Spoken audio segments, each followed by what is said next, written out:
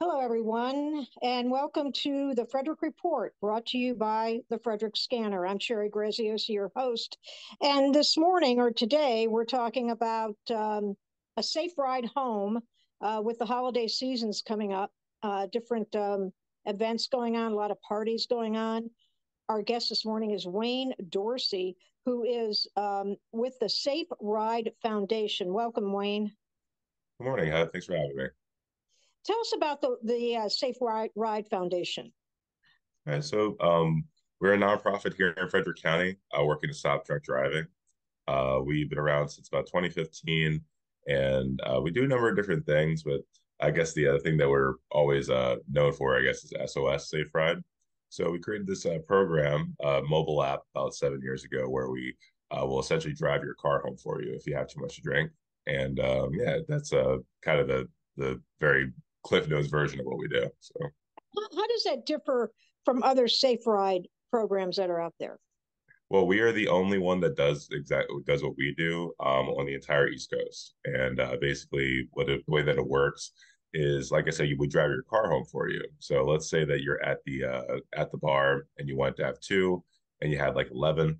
Basically, two of us show up, two of our awesome volunteers, and one of us drives your car home for you, and the other person falls behind in our car. We get back to your house, we give you back the keys, and leave. That's it. So. This year, well, first of all, this year we're right into the Christmas season. Mhm. Is this your busy time or is it New Year's? This entire month is our busiest month. So it all kind of starts with the night before Thanksgiving, which I don't know if people know this or not, but that's actually the busiest bar night of the year. And then basically all that culminates up all the way up until New Year's Eve, which is always our busiest night of the year. It's not unusual for us to do about like 30% more rides than we normally do. Yeah, so. Well, again, so if I'm at a bar having a couple drinks, it's Mhm. up to me, right? Me personally to know you're out there and you can help me get home safely. But usually, if you're impaired, most people don't think that way, right? Or does Mhm. the bartender call you? How does this?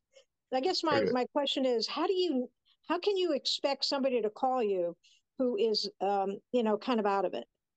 Okay, so you can use this anyway. You can use this the same way that you would use like an Uber or a Lyft or something like that, right? So, like I said, we created this program as it's a mobile app as well. So we're the only thing in all of Frederick County that has an app. And basically, when we made it, the whole entire premise was like, look, like with us being a ride service, you can use this just as well, just as much as you would use an Uber. So as far as marketing goes, I actually run a marketing agency as well, so our social media game is pretty, I guess, on point. I guess is the way is the way to put it. And then, as far as like the thing in the bars, yes, the bartenders do know about us. There's about like I think there's about 80 different establishments in Frederick County that all serve alcohol, and we have posters in every single one, of course. Like, and guess where the posters are? They're in the bathroom. So it's kind of the quietest part of the bar. We thought of that, is what I'm trying to say. And then, so yeah, and since we started this program about 7 years ago, we've actually been pleased to have now prevented over 15,000 DUIs here in Frederick County. No, that's So, great. yeah, thank you. And basically, the program is very popular, and like I guess it's one of those things where it's like if you don't know, you better ask somebody. I guess. So, Do you work in conjunction at all with law enforcement? yeah. So as far as law enforcement goes, like I'm very well acquainted with like with the police chief Lando, and then the sheriff Chuck Jenkins. And as far as law enforcement goes, it's not unusual for say someone to be in a situation where they might be getting a DUI. Let's say someone's like downtown, right, and they're about to get in their car. And a police officer saw that they were, about to get into their car where they shouldn't be. It's not unusual for them to give us a call and say, "Hey, look, this person's about to make a mistake. If you guys can get here in a few minutes, we can take care of them." And Uh, not and you see what I'm saying. uh, So that's actually really nice that they as opposed to I guess waiting for the person to get in their car and going, "Gotcha." They said, yeah, let's make sure you can make a better decision first. that So that that's actually terrific. That really is terrific. yeah. Um, the you've been around since 2015. Um, you're a nonprofit. How do you get paid? Yeah. We do charge for the service as well. It's a fee for service program. So the way that it works is that the first one's always free. After that, average ride's about $20 or so. And then on in Frederick County, there's a cap, meaning that the price will never be more than say like $39. And the reason for that is one, because we're a nonprofit, and two, because if we were a for-profit like or entity, then the service would be about four times as expensive as it is, and for a like a multitude of different reasons. So that's how we get paid is like from like people paying for the rides.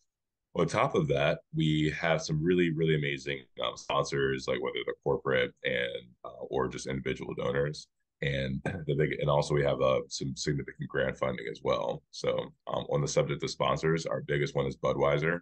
Then we have some other sponsors that like kind of make sense, things like Allstate, Pennzoil, like those kinds of like things that are adjacent to drunk driving. So yeah. Wayne, what made you think of this? Well, I don't have a compelling story for you, but the thing I always share with people, when they ask me that question, I started this when I was in college. So I'm 31, and I started this when I was about like 23, 24, and basically, when I was in college, I was an athlete. I was in a frat, and I was basically surrounded by people that did really dumb things all the time, right? So luckily, I don't have a DUI. I don't have any family members that passed away in a tragic accident. I very luckily do not have that story. But basically, because I was surrounded by the problem in a way that I felt like other people weren't, when I had the idea for the app, like my background's in computer engineering. So when I built the app, I thought like that could save a community, that could, impact people's lives. And that would be a really cool job. So now it's 7 years later, and it is my job. So What college, by the way? West Virginia. In West Virginia University. That's a big party school, by the way. It's like the party school. So So when you started out, your biggest hurdle, I would think, in 2015 is getting the word out, right? sure, absolutely. Yeah. How'd you do that? Like I said, I run a marketing agency as well. So like yeah, we had that part covered, I guess was the way to put it. But But this is your full-time gig, right? correct. Yeah. And then once you got the word out, then 2020 hits, right? Yeah. Um, and the pandemic. How did that affect your job? Well, we'd already been around for about, I guess, yeah, 4 years or so before COVID hit. And oddly enough, well, to your point about COVID, so 2019 was actually our best year ever, right? Mm. Like that was like financially, just in terms of culture, in terms of all kinds of things. Like 2019 was like our best, like just it was the best, right?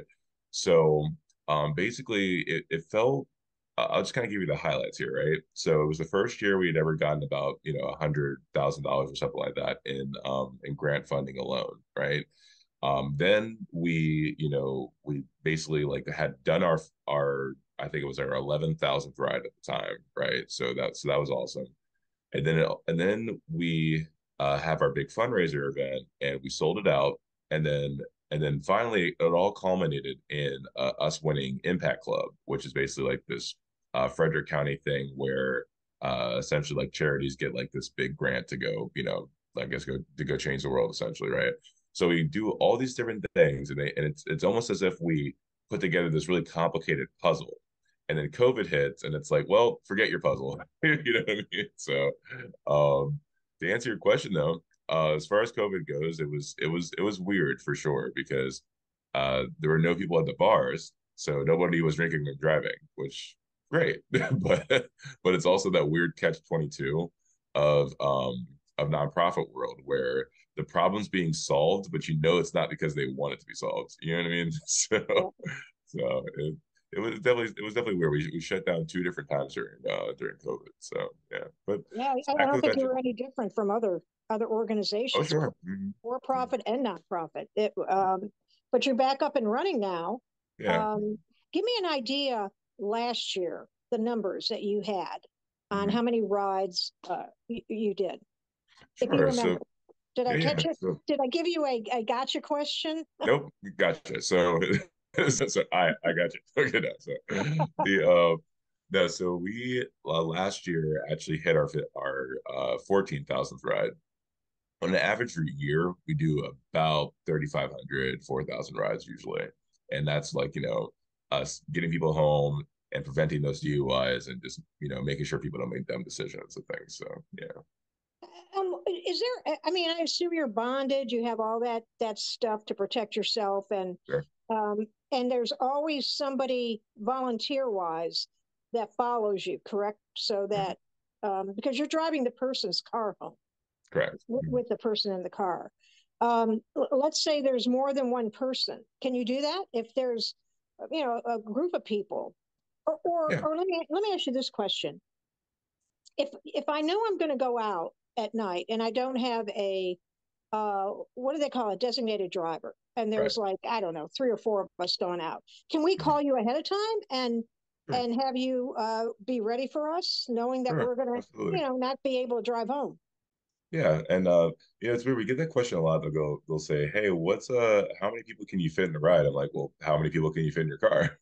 You know, so you know, and then on top of that, it's yeah, you can schedule ahead of time. It's not really necessary, only because like we can show up in like 5 minutes. Like it's you know, I think people, because we're a nonprofit, they assume that we're something that we're not, I guess, in the Mhm. sense that they like assume that, oh, it's a nonprofit, so it's going to take like an hour and a half for them to get there, and they're going to show up with Bibles and tell me why I shouldn't drink and drink. Like it doesn't say that anywhere on our, So to clarify to people, no, like we're a mobile app, and you can schedule a ride. We'll show up within 5 minutes of two people. We have a lot of volunteers, and we can usually get you home like pretty quickly. So yeah, Who are these volunteers? How do you get them? the local superheroes is what they are. Yeah. but to answer your question, so again with our social media, we have some pretty cool like commercials that we put out. Like we have about like 12 or 13 different like commercials we put out on like Facebook, YouTube, Instagram, etc. And a lot of them are volunteering based. So basically just a big call to action that says, hey, like, we're trying to stop drunk driving and help prevent people from either losing their life or getting injured, like trying to stop drunk driving. This is how it works. This is how you sign up, and the big old call to action, like, hey, like, if you want to help us, here's how you do it. And it's been very well received over the last couple of years. And so That's and that's how it works. Yeah.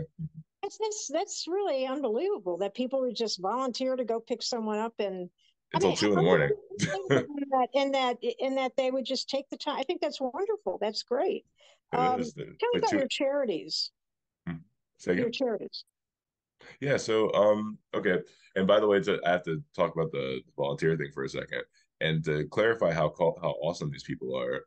We're open from 9 o'clock at night till 2 in the morning, right? So on the weekends. So the fact that these people give up the time that they could be at the bar basically to come help people drive people home, like that's amazing to me. So you're absolutely right. Those people are they deserve all of our thanks, I think. So yeah. So as far as the charities go, so we with us being a nonprofit, like trying to stop drunk driving, people know us for SOS, but that's not the only thing that we do. So we have SOS, which is our, I guess, direct prevention piece when it comes to drunk driving. Then we have our victim relief fund, which is basically my favorite thing that we do. So we can't catch everybody, and in the unlikely but not impossible event that someone loses their life or is affected by drunk driving in some way, we have a fund we call it the Angel Fund, and essentially it's a fund where we can help people with their funeral costs, with like, and just basically supporting families in what is most likely one of the, like, the worst times of their life. And if something that we can give to them can like impact that horrible time, like in a way that makes them feel at least a little bit better about the situation, then that's a mission accomplished. We've actually raised, I think, $22,000 since we started that program. So, and then another thing too. So we also have our education piece, which we call the Pump Your Brakes booth. Everyone just calls it the breathalyzer booth. Basically, what that is, every other Friday and Saturday night in on Market Street, you can walk while you're walking around at the bars. You can come up to our booth that we have set up, and you can get a free breathalyzer test. So it's a yeah, it's a cool way for people to just kind of keep themselves aware, and it basically just say, hey, this person's 5'2", $110. They're probably going to feel a little weird after a couple of drinks. So keeps people. Wow. So your events, okay, we're in the big season of, Thanksgiving, Christmas, New Year's. Um, New Year's is going to be a big one. Mhm. You got everybody together, everybody's ready, everybody's sitting at home. Your volunteers are sitting Mhm. at home waiting for those phone calls. Right. Correct? No, Do no, there they get phone we have an calls, or office. does it go through the app? Is that how it works? It goes through the. Is that how you get notified as a volunteer that somebody needs to be picked up? Correct. So yes, but they're actually at our office. So our office is downtown. So we have like a central hub where everybody just kind of like, is sitting and, we're all kind of just, I guess, shooting the breeze until we get a ride. And then yes, it all Drinking comes to the ginger app. ale, right? Again? Sitting around drinking ginger ale, Yes, exactly. waiting for the Coffee, right? coffee. That's exactly right, coffee. Mhm. Um, Tell me about the other events throughout the year that you prepare for. Sure. So I guess like if you think about holidays, St. Patrick's Day, 4th of July, Halloween, night before Thanksgiving, and New Year's Eve. Those are the big five, we call them. So yeah, those those are the events. Is there ever a time when when you refuse someone a ride home? Sure. So people have to understand 100% of the people that use the service are drunk.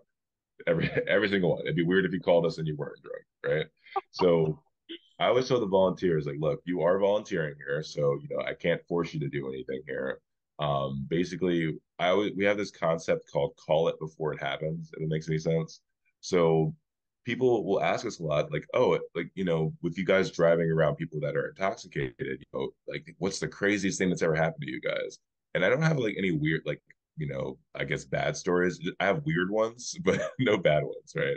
But the only exceptions are if one of two things happens. Either one, if someone's friend calls for them, like calls the service for them, or if two, the bar calls for you, right? If it's any one of those two things, it's usually never good, right? Because either someone's trying not to babysit or the bar's trying to get rid of you. So you Horrible. see what I'm saying? Yeah. So in those situations, sometimes depending on like I guess what's going on, like we'll say like, hey, we don't really feel comfortable doing this ride, but it's never like outright like, oh, like get out of here, we're leaving type of thing. So yeah, Do you have both men and women volunteers? yeah, it's actually 70% women Is it that are volunteers. really? Yeah. Wow, that's interesting. Mhm. Wayne, what is the name of the app? It's SOS Safe Ride.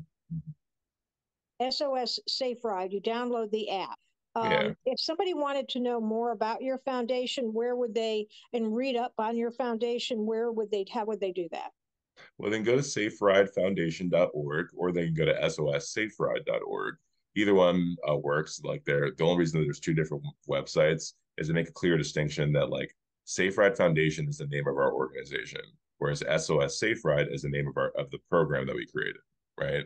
And yeah, so if they want to go to either one of those websites, like there's a plethora of information they can use, or they can just follow us on Instagram or Facebook, either one. So I'm going to guess on what the busiest holiday is, and it mm, may not be in that top five. I don't know.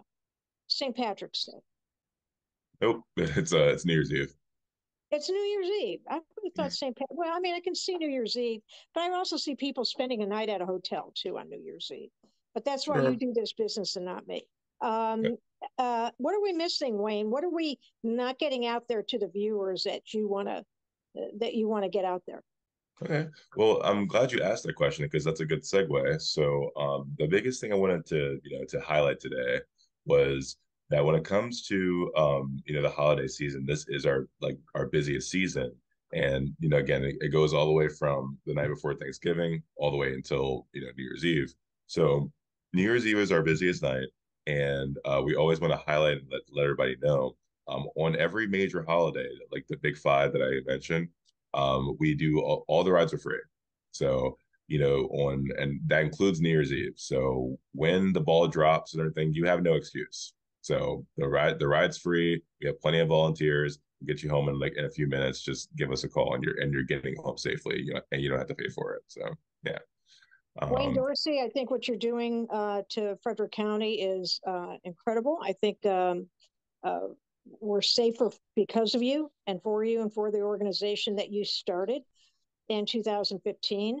I know I speak on behalf of everybody and thank you for that. That's really pretty awesome stuff that you're doing, and the volunteers. Thank you, thank you. And by the way, that's the other call to action. Volunteer if you can. So Okay. if you go to our website, if you can't find the volunteer form, it'll find you. You'll know what I mean when you get there. So Okay.